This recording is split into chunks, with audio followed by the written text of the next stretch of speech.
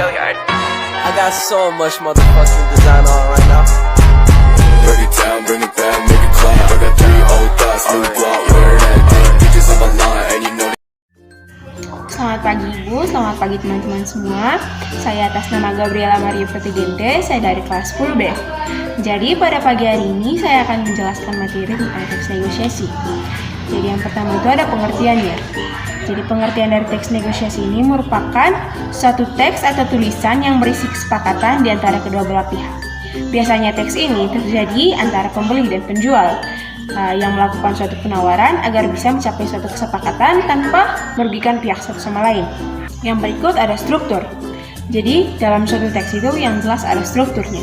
Pada teks negosiasi ini terdapat 4 struktur penting di dalamnya. Yang pertama ada orientasi, pengajian, penawaran, dan persetujuan. Pada orientasi, orientasi ini merupakan pengenalan topik atau masalah pada pihak yang bersengketa. Jadi maksudnya di sini si penjual nanti akan mengenalkan produk atau barang yang akan dia jual kepada kita si pembeli. Yang kedua ada pengajuan. Pengajuan ini artinya pernyataan pihak pertama untuk meminta atau mengajak pihak kedua untuk menanggapi tuntutannya. Jadi maksudnya di sini pernyataan pihak pertama. Pihak pertama di sini kita tujukan dia ini sebagai pembeli. Jadi di sini si pembeli ini akan menggunakan kata-kata mereka atau mereka akan menawarkan produk mereka kepada kita ketika kita mendatangi mereka. Yang ketiga itu ada penawaran. Penawaran ini maksudnya pernyataan pihak kedua untuk melakukan tawar-menawar atau atas penolakan mereka masing-masing. Jadi penawaran ini terjadi pada kehidupan kita sehari-hari teman-teman. Contohnya saat kita di pasar atau saat kita berbelanja di mana saja. Jadi pada saat kita melakukan tawaran itu yang jelas yang pertama yang paling kita sering tawar itu harga. Jadi biasanya kalau kita menawarkan harga yang di bawah rata-rata itu pasti ditolak oleh si pembeli karena kalau dalam teks negosiasi itu melakukan suatu tawaran tanpa merugikan satu sama lain. Yang terakhir itu ada persetujuan. Jadi persetujuan ini hasil dari negosiasi di mana kedua belah pihak telah mencapai kesepakatan di atas persetujuan mereka tanpa menghasilkan suatu kerugian. Nah, bagian ini merupakan bagian terpenting yaitu persetujuan tanpa mengalami kerugian antara pihak pembeli dan pihak penjual.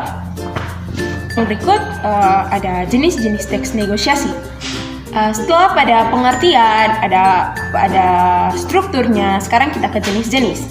Jadi di sini ada 2 jenis teks negosiasi yang akan saya bahas. Yang pertama itu ada negosiasi formal dan informal. Yang pertama itu ada negosiasi formal. Kenapa bisa dikatakan negosiasi formal?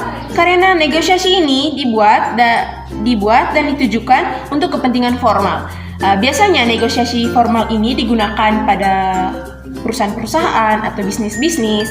Biasanya itu terjadi ketika ada terjadinya jual beli saham. Nah, ini merupakan suatu kejadian formal yang di dalam itu pasti ada negosiasi di dalamnya atau penawaran antara si pembeli dan si penjual.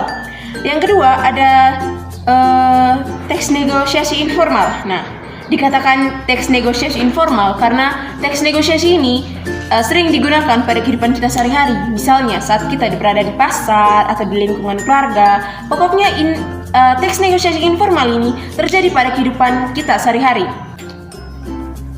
Oke teman-teman, jadi pada yang terakhir ini saya akan menjelaskan hubungan teks negosiasi dengan teks lainnya. Jadi teks lainnya yang akan saya angkat di sini adalah surat penawaran. Sebelum itu kita harus mencari tahu apa itu teks penawaran. Jadi teks penawaran ini merupakan surat yang dibuat oleh calon pembeli yang ditujukan kepada calon penerima atau kita sebagai konsumennya ini untuk memberikan keterangan tawaran barang dan jasa yang akan ia buat nanti. Jadi pada surat penawaran ini juga terdapat unsur-unsur di dalamnya. Setelah saya pelajari dan setelah saya membaca beberapa buku-buku tertentu, ada 10 unsur penting di dalam surat penawaran ini. Yang pertama itu ada kop surat.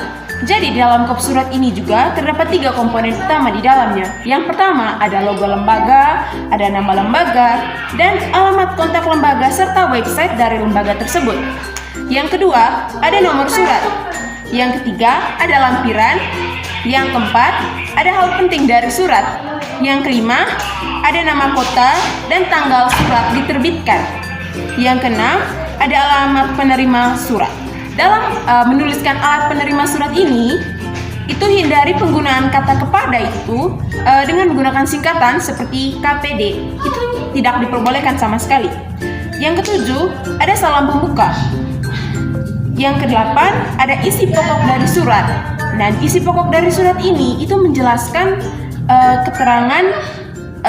keterangan penawaran barang dan jasa yang akan ia lakukan nanti.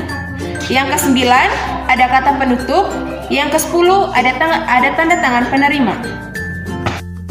Oke Ibu, jadi itu saja materi yang telah saya jelaskan hari ini. Mohon maaf bila materinya kurang lengkap dan cara bicara saya juga kurang lancar. Sekian dan terima kasih.